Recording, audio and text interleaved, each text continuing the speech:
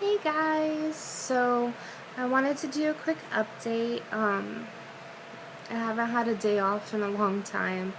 This is my first day off in like a month and a half. I air quoted because it's only like half a day off. Um, Between work and school, it's been crazy. Um, Someone commented on one of my past videos basically telling me that they were worried about doing work and school at the same time. I know a lot of people are worried about that. And you should be. To be as blunt and 100% honest as I can be. It is exhausting, to say the least. But I'm gonna tell you how I get through it and what you need to think about. So, first of all, the fact that you're considering, hey, can I work full-time and go to RT class? Or an RT program? That speaks loads. Because it makes me realize you guys are thinking about it seriously. So that's a good thing. Because definitely when you go into a program, they're going to ask you about it. And they're going to want to know if you can handle. Now, with that said, they do have you sign a paper saying that you won't work during the respiratory therapy program. This freaked me out because I was like, how am I going to pay for the program if I don't have a job to pay it with? Like, to me that just seemed crazy. I took it as a recommendation because obviously I'm working right now and going to school and doing my thing. And side note, like half my cohort works full time. I think there's only 2 people in my whole cohort who don't work. So, I mean, half of them work full time. Most of them work at least part time. So, it's possible. Don't think it's not. It's just exhausting. Okay, so you want to work and go to RT school. Cool. Kudos to you. You're not going to have a life for a year and a half or 2 years. Kinda. Like I said in my time management video, I don't believe in taking your whole social life out of the equation, but you're going to have to sacrifice certain areas and you're going to need to prioritize yourself. Okay? Just keep that in mind. So, the biggest issue, I think, for working and going to school is finding a job that is willing to work with your schedule. Because your program schedule is non-negotiable. Nope. Yeah. Whatever clinical round that they assign you to is what you need to get, and that changes every rotation. So, you need a job that will be like, hey, surprise, this is going to be my schedule next month. Deal with it. Which I'm not saying they're not out there. Obviously, I have a job that's cool with that. And other people do as well. So, that's just something to keep in mind. If you can find a job that is willing to do that for you, rock on, you can go to the next step. Next step is, how are you going to schedule yourself to work? So, some people need a day off to do all their stuff. They need a day off to do their laundry, to clean the house, to go grocery shopping, blah, blah, blah, whatever. You are probably one of those people who need to work a night shift and work full shifts right after class or right before class and get your weekend off or something like that. If you can't work a graveyard shift or work right after school, you are not going to have a day off. I can't work graveyard. I feel like I'm getting too old. I used to work a graveyard shift, but going from day to night, I can't do that right now. I know that, like, before I used to be able to do that, but whew, I don't know if I would have had the mental sanity to continue with it. But people do it. People do it. Trust me, people do it. So graveyard is an option. You can do janitorial work. If you work in a hospital, you can be like a transporter. I don't know, other things. You could work in a casino, in a bar. I don't know. Possibilities are endless. Get creative.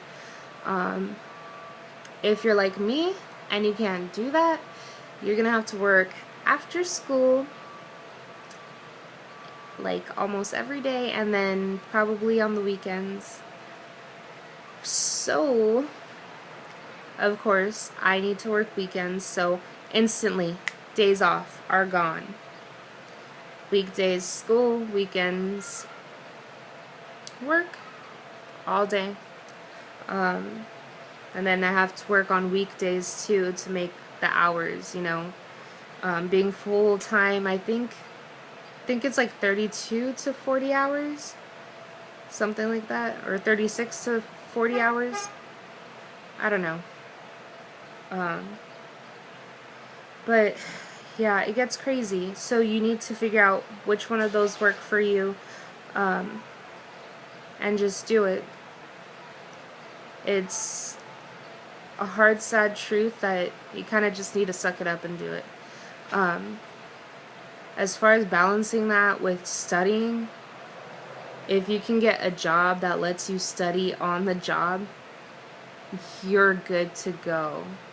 Dang, like, you're gravy. If you work in a hospital too, and you can like pick RT's brains and like have them help you study and like learn hands-on, oh my god, great. Or if you have an office job where you can like read on the side, heaven.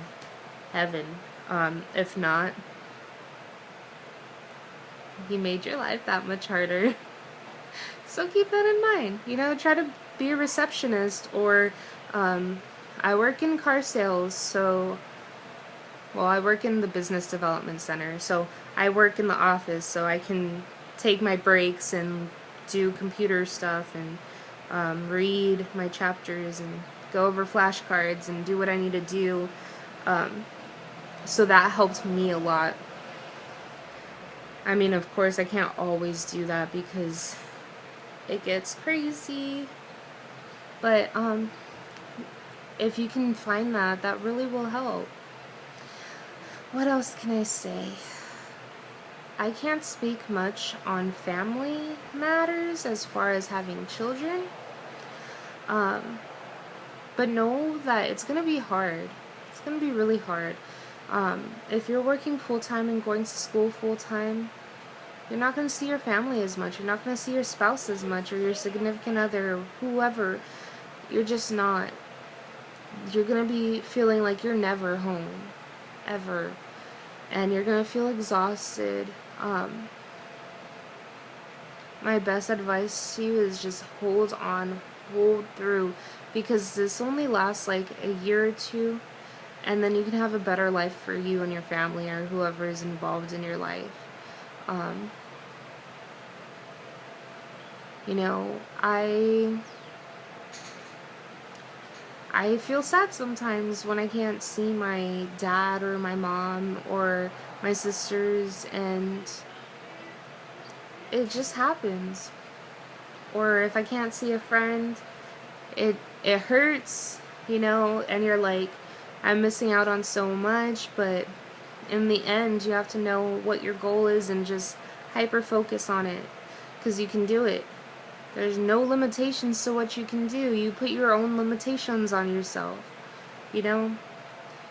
You have to know what is your priority, what do you want in the end. You know, if this isn't a priority to you, if your family is number one, and if, like, getting your bills paid is number two, or you know, things like that. If this is like your 4th or 5th priority, it's probably not going to happen for you. You're probably going to drop out. This needs to be like a good 2nd, 3rd, sometimes 1st if you really don't have anything else. You need to structure yourself and really hyper focus, because it's intense. My cohort started off with 16 people. We're only at 11 right now. We're halfway through the program and we've lost 5 people. It's hard and it's draining. Everyone in my cohort is drained. But, you know, at the same time, at this point, it's crazy how much support you have, because you don't only have your family's support and your friends' support, you have this whole new family that's supporting you. It's pretty crazy amazing. You spend more time with your cohort than you do with your family, your real family. Like, they become your brothers and sisters. You guys tease each other, you guys encourage each other, you guys like pump each other up. If you guys have been struggling, you get super excited when you finally see someone like get something.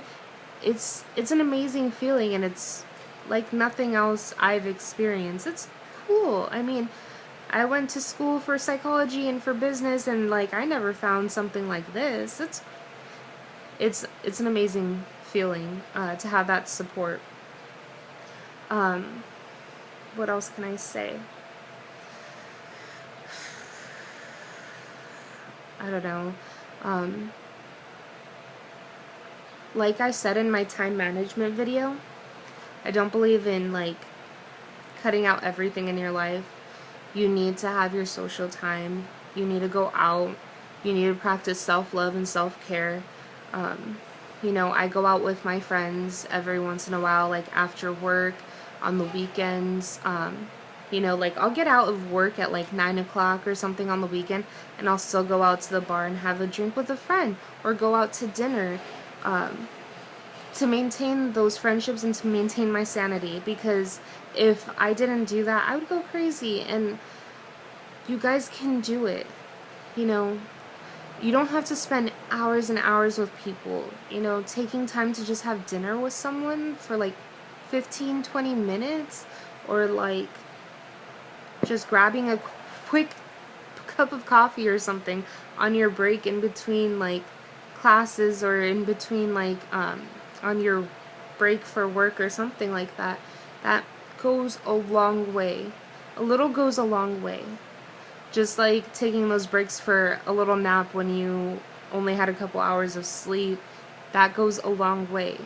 Like, you guys don't realize how valuable 10 minutes of your life is. It's crazy how much this program has made me realize how valuable 10 minutes is. 10 minutes of getting sleep when I need it. 10 minutes of seeing my family, or seeing a friend, or even just being in a quiet place. 10 minutes to make this video. Just, what are you going to use your 10 minutes for? Prioritize.